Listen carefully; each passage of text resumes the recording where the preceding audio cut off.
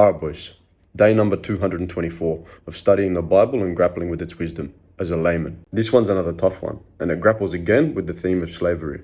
In the book of Genesis, the people of Egypt at that time were suffering at the hands of an extremely severe famine. Let's have a look. Genesis 47:19.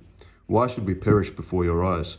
We and our land as well. Buy us and our land in exchange for food, and we with our land will be in bondage to Pharaoh. Give us seed so that we may live and not die, and that the land may not become desolate. So Joseph bought all the land in Egypt for Pharaoh. The Egyptians, one and all, sold their fields because the famine was too severe for them. The land became Pharaoh's, and Joseph reduced the people to servitude. So how could Joseph do such a thing? This is supposed to be a righteous man of God.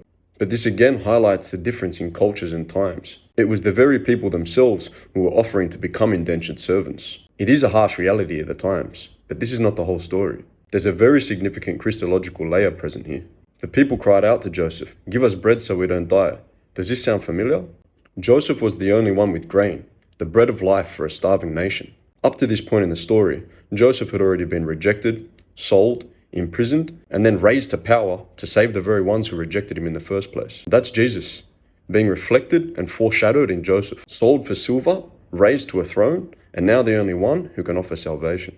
Egypt had to surrender everything to live. Yes, land, livestock, even themselves. But their surrender literally bought their lives. Just like when you surrender your life to Christ, you're not enslaved, you're rescued.